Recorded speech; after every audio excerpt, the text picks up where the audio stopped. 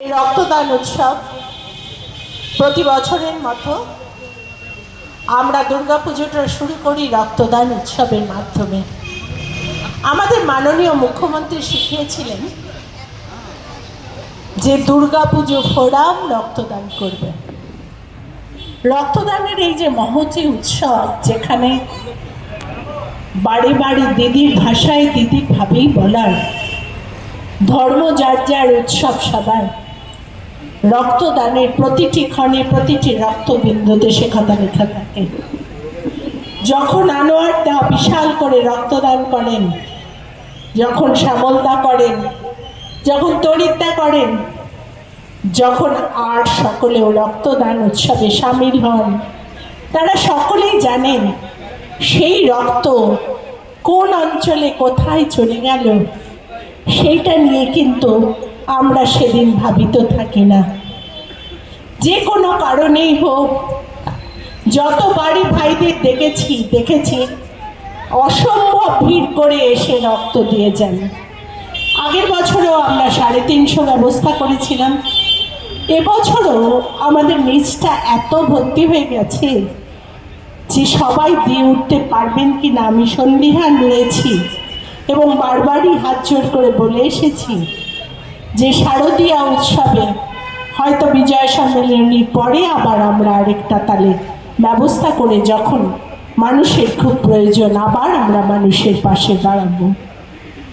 এক্ষুনি গৌতমদা যে কথা বলছিলেন, আগে সেই কথা একটু দুটো বলবার, কারণ কোথাও প্রথমত বলতে হয় আমি নিজে ডাক্তার, এবং অত্যন্ত আর্থিক দৈন্যদশার জায়গা থেকে আমার মা বাবা আজকে বাংলার শিক্ষা ব্যবস্থার এত সৌন্দর্যের কারণেই আমাকে এবং আমার ভাইকে ডাক্তার এবং ইঞ্জিনিয়ার করতে পেরেছিলেন।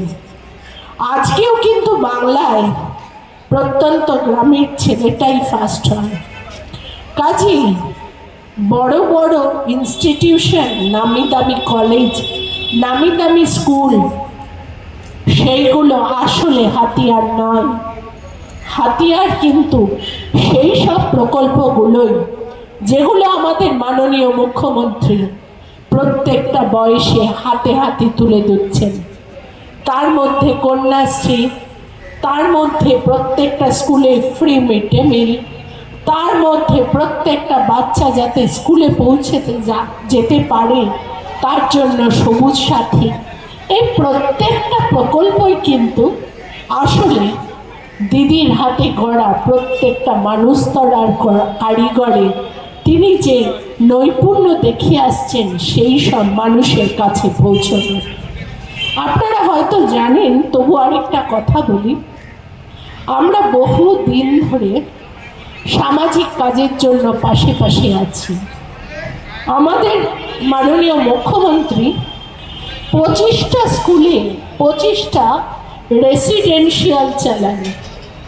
সেখানে সেই সব বাচ্চারা ভর্তি হয় যারা এলাকার থেকে ড্রপ আউটস। আমার এলাকাতেও কোনো সময় কেউ এসে যদি বলে অল্প বয়সে বাবা মারা গেছে, মায়ের কাজ করতে যাওয়া ছাড়া উপায় নেই, তাহলে বাচ্চাটা মানুষ হবে না। আমরা তাদেরকে সর্বশিক্ষা মিশনে পাঠাই, এবং সেখানে সর্বশিক্ষা মিশনে তাকে কাউন্সেলিং করা হয় যে সেই বাচ্চাটা কোথায় থাকলে সে ক্লাস 10 অবধি সুন্দরভাবে পড়াশোনা করে মাথা উঁচু করে পাশ করে বেরোতে পারবে। আমরা জানি কোনো বাচ্চা, যাদবপুরের বাচ্চা হয়তো উল্টোডাঙায় আছে, এবং উল্টোডাঙার বাচ্চা হয়তো গড়িয়াহাটে আছে, কিন্তু সেইটার কারণ এইটাই যাতে সেই বাচ্চা সুন্দরভাবে সুষ্ঠুভাবে বড় হতে পারে। ছোট ছোট কথা দু চারটে না বললেই নয়। আশিসদা প্রতিদিন পাশে থাকেন, মন্টু কাকা প্রতিদিন পাশে থাকেন। তারা প্রতিদিন দেখেছেন যে এই কথাগুলো কতগুলো যথার্থ, যেগুলো মানুষের কাছে পৌঁছে দেওয়া খুব দরকার। 14 বছরের মেয়ে ভালোবেসে আরেকটি ছেলের সাথে পালিয়ে গেছে, এবং তারপর সেখানে তারা শৈশালী ভবন দিয়ে হোমে গেছে। বাবা মা এবং গার্জিয়ান দৌড়ে দৌড়ে এসছে, ও দিদি পুলিশে ধরে রেখেছে, আমার বাচ্চাটার কি হবে, ছাড়িয়ে দিন। হাতে পায়ে ধরছে। আমি বললাম, আপনার বাচ্চার বয়স কত? 14 বছর।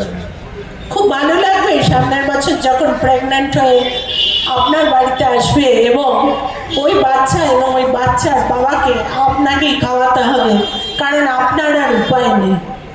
না দিদি, সে কি করে লাগবে? ওরা ভুল বুঝতে পেরেছে। আমি বললাম, 15 দিনের জন্য ভুল বুঝতে পারে। আপনি এরকম ঘটনা ঘরে ঘরে দেখতে পাবেন। বাচ্চারা যেখানে আছে, আপনি আমার কাছ থেকে ফোন নাম্বারেই বাচ্চা ভালো আছে, সেই বাচ্চা দেখতে পাচ্ছে যে আসলে 16 বছর বয়সের আগে বিয়ে করে ফেলে কত মেয়ে কত ক্ষতি হয়ে গেছে। সেই বাচ্চাটা দেখতে পাচ্ছে যে 14 বছর বয়সে সে বাড়ি থেকে পালিয়ে গিয়ে কি বড় অপরাধ করেছে। সে আসলে তার নিজের এবং সমাজের, রাষ্ট্রের কত বড় ক্ষতি করেছে। সে দিদিমণির, আমাদের সকলের প্রিয় মমতা ব্যানার্জি, সেই সুযোগটা না নিয়ে কি বিশাল ক্ষতি করেছে। আমি এই কথাগুলো এই জন্য জনে জনে বলতে চাই যে এই কথাগুলো প্রত্যেকটা মানুষের জনমানুষে যত থাকবে, তাহলে কিন্তু বুঝতে পারবেন যে আসলে বাচ্চা তৈরি করার কারিগর আমাদের মাননীয় মুখ্যমন্ত্রী কি নিপুণ দক্ষতায় করছেন। সর্বশেষে যে বাচ্চাটার কথা বলছিলাম, বলি, পরশুদিন তার বাচ্চার বাবা মা এসে আমাকে ফুল দিয়ে আর মিষ্টি দিয়ে বলে গেল, দিদি আপনি একদম ঠিক বলেছেন। বাচ্চাটা যেহেতু 15 দিন শৈশালী ভবনের নেতৃত্বে ছিল, তারা পক্সোর কাউন্সেলিংয়ে, তারা চাইল্ড রাইটসগুলোর কাউন্সিলিংয়ে তারা বুঝে উঠেছে যে আমি যদি কাউকে ভালোবেসে বিয়েও করেছি, আসলে পরবর্তী জেনারেশন তৈরি করার অধিকার এক্ষুনি আমার হয়নি। এবং দিদির প্রকল্পগুলোকে সাথে নিয়ে আমি যদি আগামী দিনগুলোতে মাধ্যমিকটা পাশ করতে পারি, তাহলে আমি এই সমস্ত সুযোগ সুবিধাগুলো সরকারের কাছ থেকে পেতে থাকব এবং পরবর্তী জেনারেশন যারা আমার তৈরি হবে, তারাও সমাজের কাছে কি বিরাট জায়গায়, কি বিরাট মান্যতায় দাঁড়িয়ে থাকবেন। আমার মনে হয় প্রতিদিনের আমাদের এই ভাবনা চিন্তা, সেগুলো কোনো আবেগ দিয়ে বলার নেই, শুধুমাত্র চেঁচিয়ে কিছু বলবার নেই। বারে বারে আমি ডাক্তার, আমি নিজে আরজি করের প্রাক্তনী, বারে বারে শুনতে হয় যে আমি আরজি করের পাশে দাঁড়িয়ে কি কথা ভাবছি। আমার ওয়ার্ডের ওপর দিয়েই প্রত্যেক দিন নেতাজির ওখান থেকে আরজি করে যাচ্ছে। আমরা বারে বারে আমাদের সিনিয়র নেতৃত্বদের দিয়ে কাউন্সেলড হয়েছি এবং অন্য ছোটদের কাউন্সেলিং করেছি যে প্রত্যেকেই তুমি তোমার নিজের কাজটা করে যাও। চায়ের দোকানের আড্ডা দিয়ে সমাজের কোনো প্রকল্পকে বদলে ফেলা যায় না, সমাজ তৈরি করা যায় না শুধুমাত্র কতগুলো আবেগ বা কতগুলো ছবি দিয়ে। তার জন্য সুনির্দিষ্ট পরিকল্পনা লাগে, যেটা আমাদের মাননীয় মুখ্যমন্ত্রী তার 75টা প্রকল্পের মাধ্যমে মানুষের কাছে পৌঁছে দিচ্ছে। আমাদের সমস্ত ভাইরা, আমাদের সমস্ত সিনিয়ররাও আমরা একজোটে এটাই বিশ্বাস করি যে যখন যারা পরিকল্পনা বা প্রকল্প রূপায়ণ করছেন এবং সেই রূপায়ণ করার জন্য আমরা যোগ্য সৈনিক হিসেবে কাজ করছি, তাহলেই আসলে আমরা সমাজ গঠনের মূল হাতিয়ার হিসেবে আগামী প্রজন্মকে এগিয়ে নিয়ে যাচ্ছি।